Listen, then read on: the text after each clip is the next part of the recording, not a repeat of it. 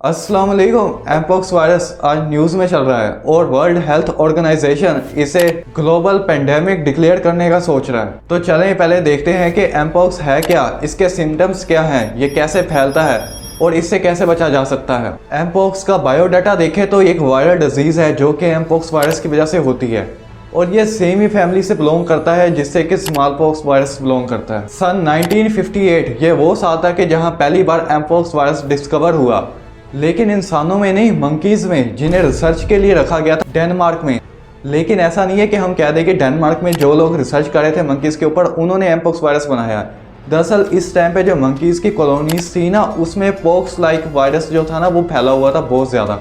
तो इसलिए इन मंकीज़ को रिसर्च करने के लिए डेनमार्क में लाया गया कि वहाँ पे रिसर्च करेंगे कि ये है क्या चीज़, बीमारी क्या है, ताकि इसका हल निकाला जा सके। जिसके बाद कि इस वायरस का नाम मंकी पॉक्स पड़ गया। लेकिन कुछ टाइम बाद उन्हें पता चला कि ये वायरस मंकी से नहीं पहले आया, ये उधर मैमल्स वगैरह से आया, रोडेंट वगैरह से। तो उसके बाद इसका नाम मंकी से हटा के एम पॉक्स कर दिया गया। अच्छा, अब इस वायरस की हिस्ट्री देखेंगे ह्यूमंस में कब आया, तो ये 1970 का टाइम था कि जब 9 साल के बच्चे में ये वायरस पाया गया जो कि डेमोक्रेटिक रिपब्लिक ऑफ कोंगो में था। और तब से ये वायरस फैलना शुरू हो गया और वेस्ट अफ्रीका की दूसरी कंट्रीज को अफेक्ट करने लगा, जैसे कि कैमरून, सेंट्रल अफ्रीकन रिपब्लिक और नाइजीरिया वगैरह। अच्छा, कुछ अरसे तक तो ये वायरस जो है अफ्रीका में ही रहा, जहाँ पे ओकेजनल केसेस आ जाते थे कि कभी ट्रैवल किया किसी ने तो उसको एमपॉक्स हो गया, या कोई इंपोर्ट एनिमल्स किए उसकी वजह से कोई एमपॉक्स हो गया किसी को।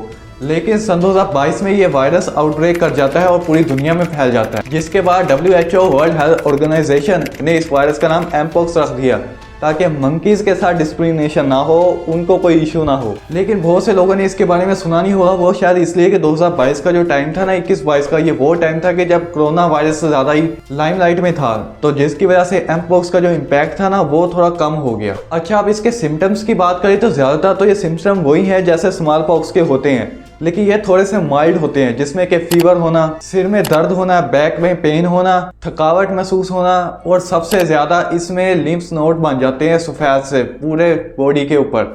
और जो रैशेज हैं वो आमतौर पे 1 से 3 दिन बाद स्टार्ट होते हैं फीवर होने के। और अगर किसी को चिकन पॉक्स हुआ हो या आपने देखा हो कि चिकन पॉक्स के जो रैशेज है कैसे होते हैं, ये ज़्यादातर उन्हीं की तरह होते हैं, लेकिन उनसे कई गुना ज़्यादा सवेयर होते हैं।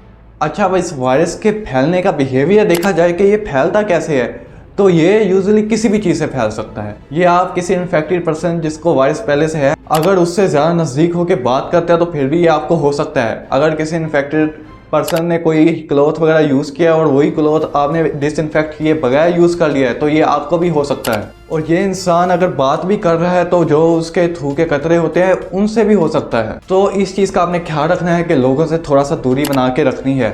और एक चीज़ आपने याद रखनी है कि sharing is not always caring, जब बात हो वायरस की। तो अब प्रिवेंशन पे देखें कि ठीक है, हमें पता चल गया कि ये इस चीज़ से ये होता है, ये इसके इश्यूज़ हैं, अब इससे बचा कैसे जाए।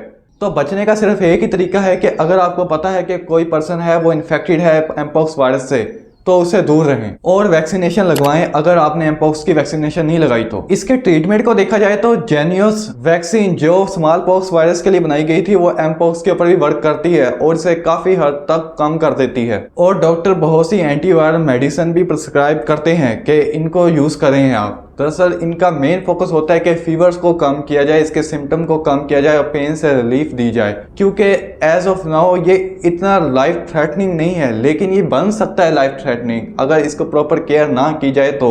और अभी एमपॉक्स वायरस का करंट स्टेटस देखा जाए तो ये बहुत से मुल्कों में फैल चुका है और वर्ल्ड हेल्थ ऑर्गेनाइजेशन ने इसे इमरजेंसी डिक्लेयर कर दिया है। और ज़्यादातर देखा जाए तो इसके 2 टाइप के वेरिएंट्स होते हैं कि जो एक वेरिएंट होता है वो ज़्यादा खतरनाक होता है, जो दूसरा वेरिएंट होता है वो कम खतरनाक होता है। और जो ग्लोबली वेरिएंट फैल रहा है वो देखा जा रहा है कि वो कम खतरनाक वाला वेरिएंट है। लेकिन फिर भी याद रखिएगा कि prevention is better than cure. खैर, मिलते हैं नेक्स्ट वीडियो में अगर इस टॉपिक कोई और अपडेट आती है या फिर किसी और टॉपिक के ऊपर। तब तक के लिए खुदा हाफिज।